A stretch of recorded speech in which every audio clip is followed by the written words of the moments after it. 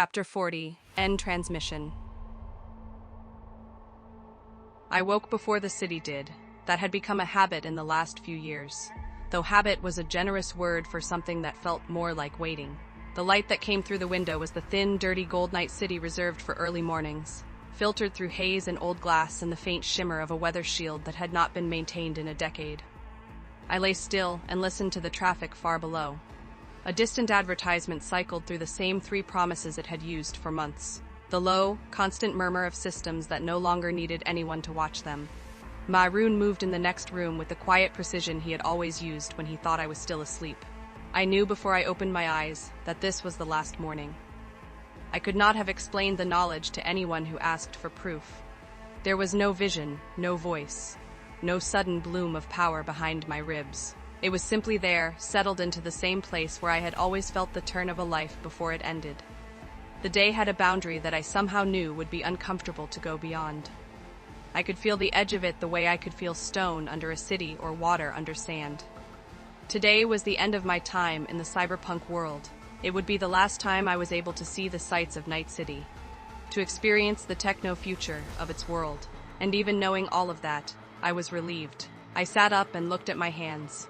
They were still the hands of a woman in her 20s. No spots, no tremor, no softening at the knuckles. The body I wore had refused the ordinary bargain of time. That refusal had been a gift and a cruelty in equal measure. I had watched everyone else leave. I had remained unmarked while the years stacked themselves into a century and then some. I had watched everyone else age and leave in one form or another. The lyrium node on my wrist was cool against my skin, and it had been that way for a very long time. I dressed slowly, the short jacket, the simple shirt, the slacks, the boots, clothes that had nothing to prove, because I had nothing to prove. When I finished, I stood in front of the narrow mirror in the hall, and looked at the face that had followed me through more than 100 years of this world. Red hair falling loose down my back, freckles that had never faded, blue eyes that still looked too awake for the quiet I had chosen. I did not look like a woman at the end of a life. I looked like a woman with her whole life ahead of her.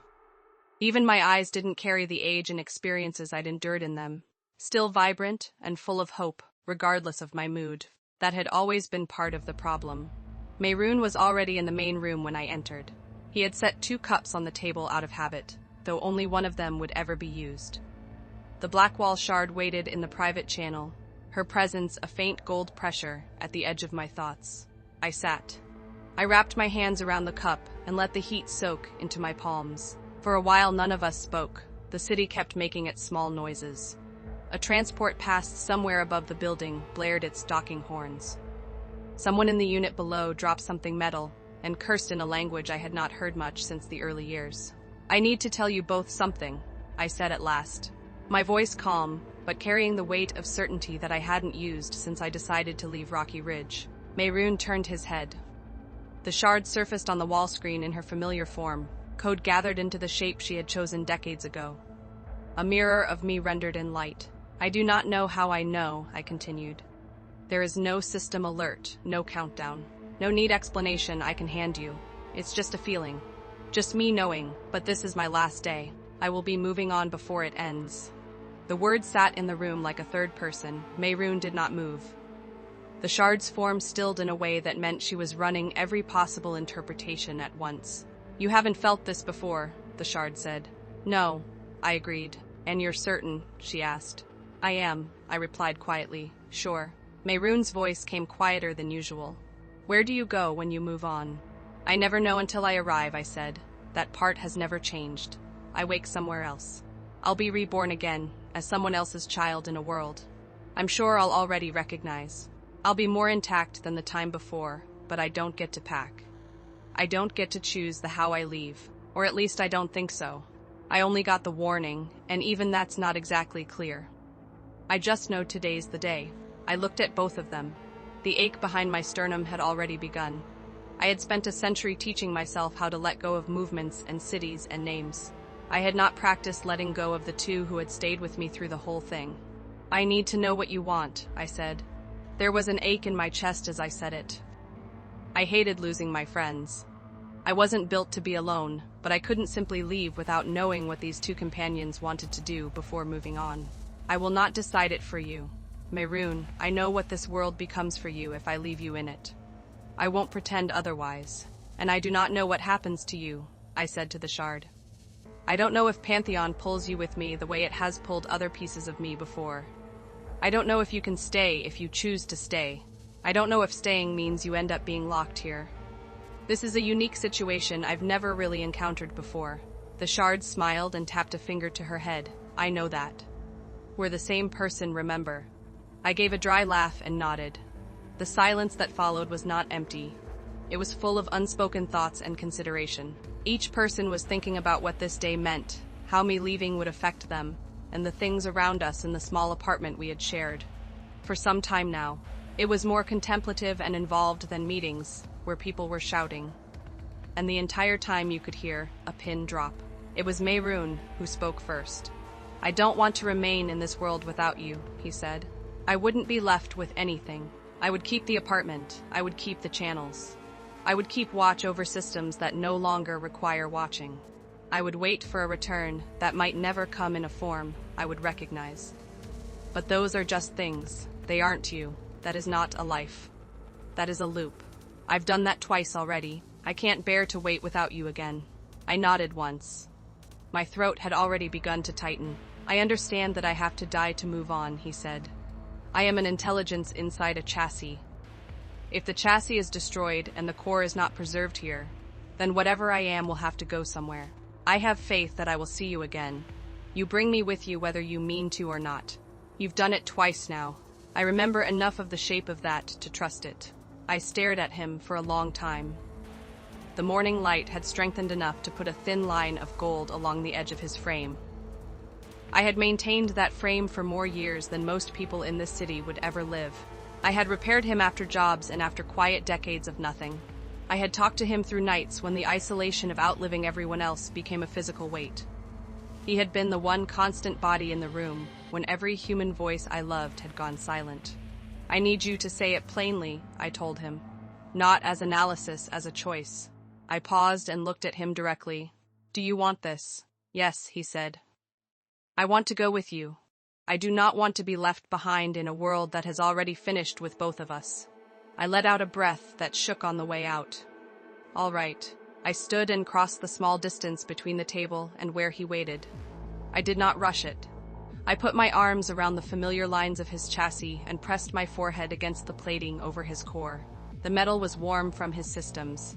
It had always been warm. I do not want to do this, I said, and I could hear the tears in my own voice, even as I tried to keep the words steady.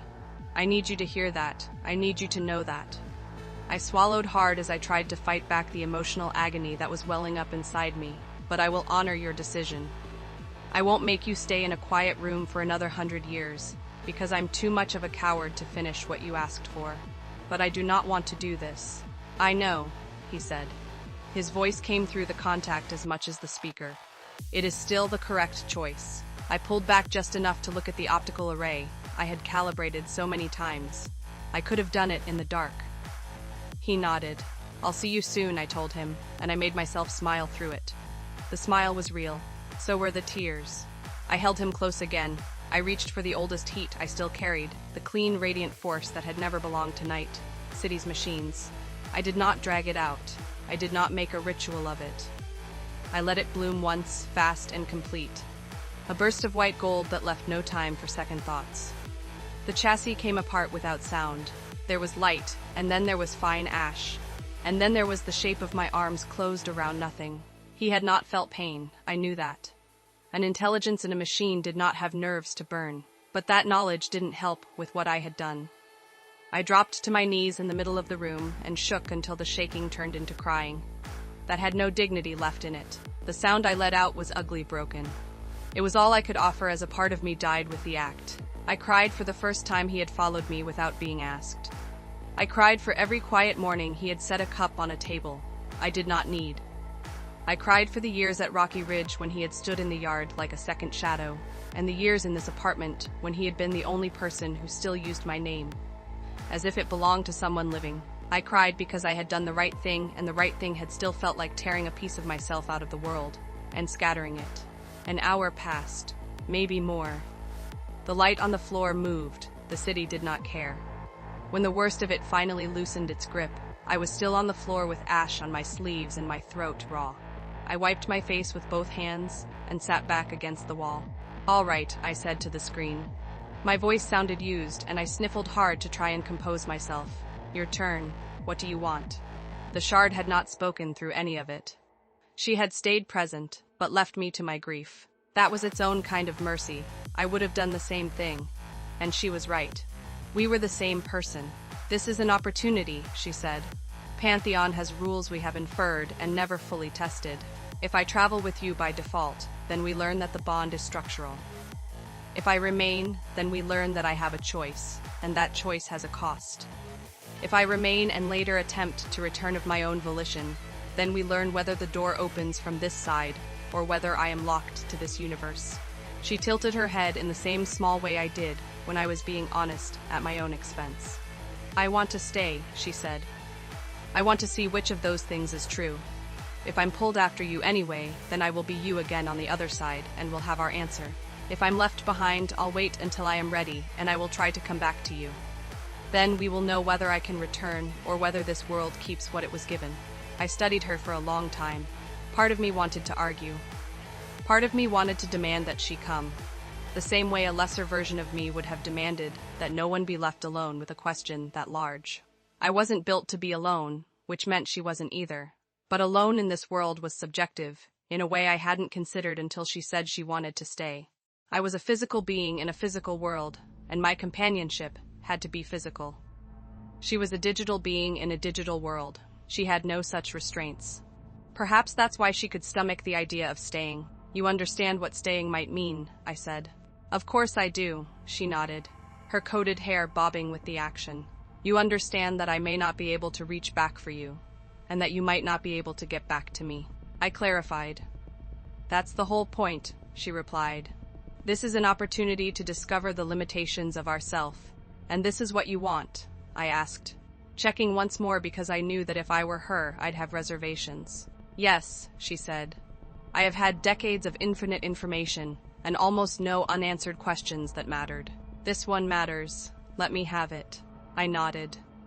The motion felt heavy. "Then stay. Keep the apartment. Keep the channels. If you can come, come when you're ready. If you can't, then you'll have given both of us a measurement of ourselves we never had before." "That's enough for me," she said. I looked at her image on the screen. "I hope you have the option of returning. I don't even want to think about being stuck in a world where everyone I loved was gone.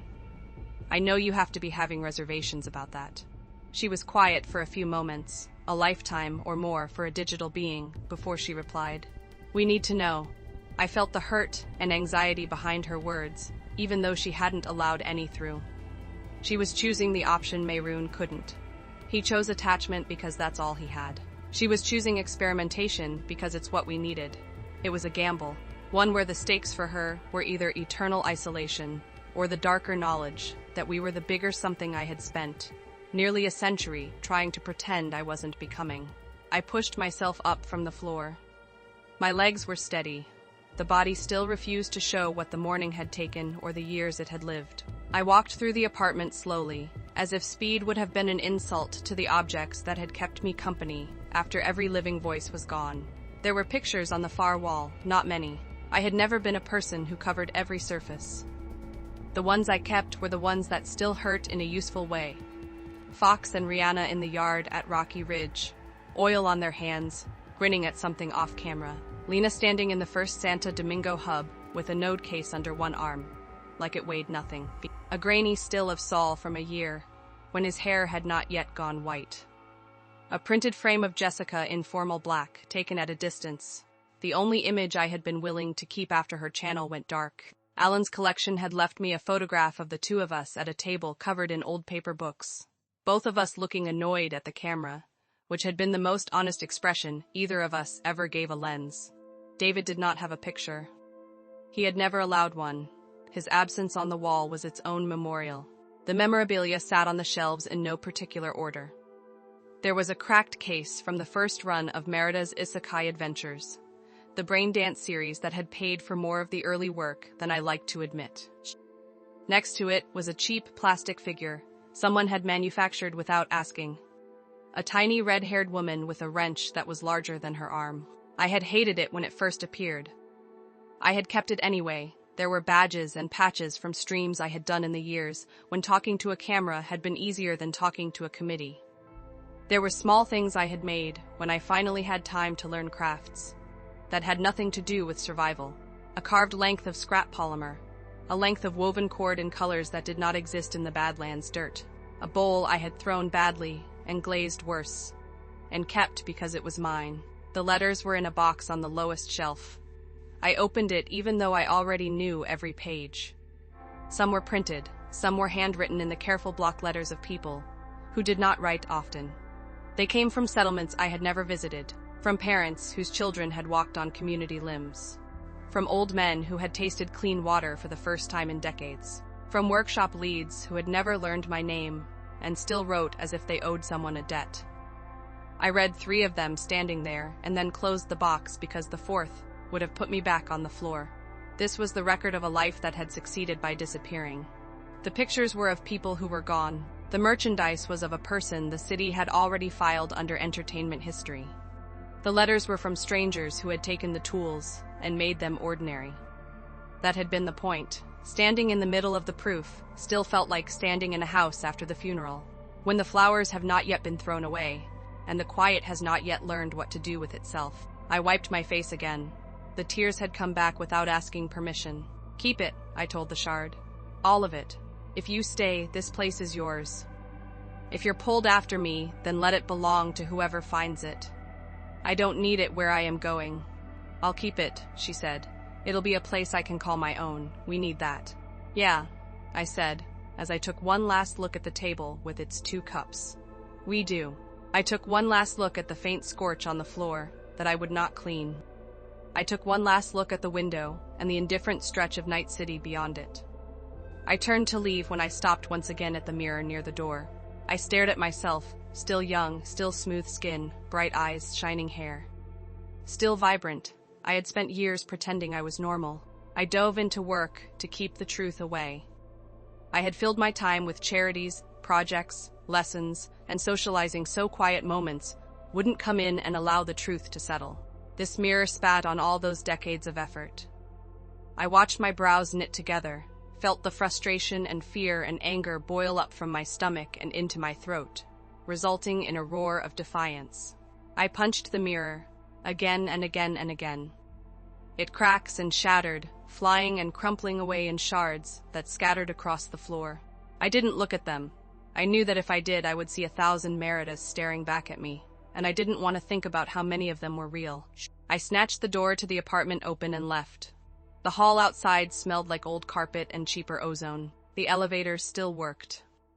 In the lobby, a man I didn't know nodded at me, the way people nod at a neighbor they have never spoken to. I nodded back and stepped into the street. The air was already changing. I felt it before the municipal alert began to cycle through the public speakers. Sand on the wind, a dryness that did not belong to the usual industrial haze. I had not felt a storm like this since the last years at Rocky Ridge, when the Badlands still sent its weather into the edges of the sprawl, and the clan would lock the shutters and wait it out with coffee and old stories. I smiled despite myself. The city would panic. The city always panicked at things it couldn't control or bill. People began to move. Shop fronts rolled down. Cars pulled to the curb and sealed. A pair of kids were dragged inside by a woman who did not bother to hide her fear. The alert voice repeated itself in 3 languages and then in a 4th that had not been common when I first arrived in this world. I kept walking. I had meant to go to the diner. It was 6 blocks west and 1 south. A narrow place that still served actual eggs, if you knew what to ask for and did not mind paying too much. I had eaten there on mornings when the apartment felt too much like a museum. I knew I would not reach it. The knowledge sat in my chest beside the other knowledge. The day had a boundary. The diner was on the far side of that boundary. I walked anyway, not because I thought I could outrun what was coming, but because a person should move towards something on the last day, even if she never arrives. The sidewalk grit shifted under my boots. A discarded cup tumbled past and caught against a storm drain. Somewhere above, a corporate banner tore free and vanished into the rising wall of dust. The sandstorm hit the outer districts first, and then the street I was on. It came as a front, not a sprinkle. One moment the buildings across the way were still visible. The next they were suggestions. The air turned gold, and then brown, and then a color that had no honest name. It filled my mouth with the taste of dry earth and old metal. It pulled at my hair and my jacket, and the loose ends of a life that had already been packed. I stopped in the middle of the sidewalk. There was no point in pretending I had somewhere left to be. The wind pressed against my face like a hand I remembered, comforting me in a way I hadn't been in some time. I closed my eyes and saw Rocky Ridge as it had been in the early years. String lights and dust and the sound of tools. I saw the gardens in Santo Domingo. I saw a 1-year-old girl in a backer tent, naming herself with scavenged aluminum. I saw the view from Scorpion's shoulders and Saul's scowl and Salita's iron voice. I saw Fox laughing with oil on his mouth. I saw Jessica's last encrypted line. I saw David's tired face on a screen. I saw Mayroon's chassis in my arms and the light that ended it. I saw the shard remaining behind with a question large enough to live in. I thought of Data's and of Farron, and of the version of me who had still believed that building a throne was the same thing as building a future.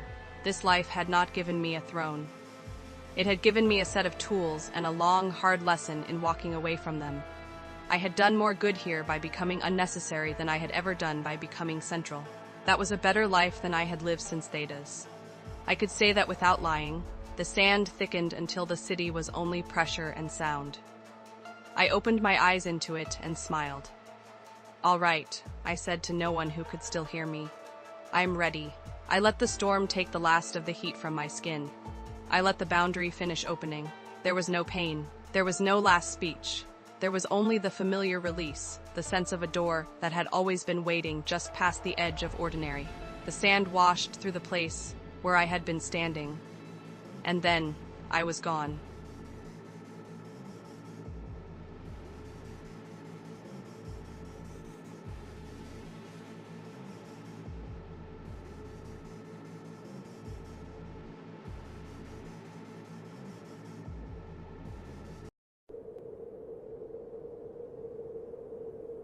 I hurt myself today to see if I still feel. I focus on the pain, the only thing that's real. The needle tears a hole, the old familiar sting. Try to kill it all away.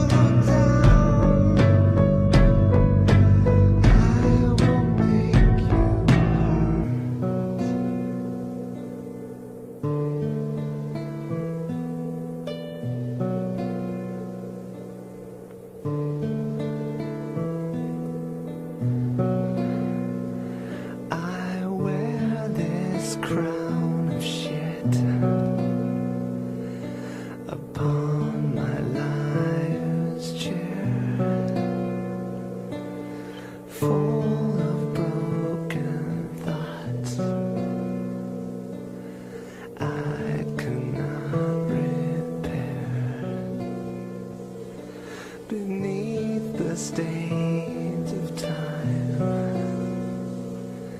The feelings disappear.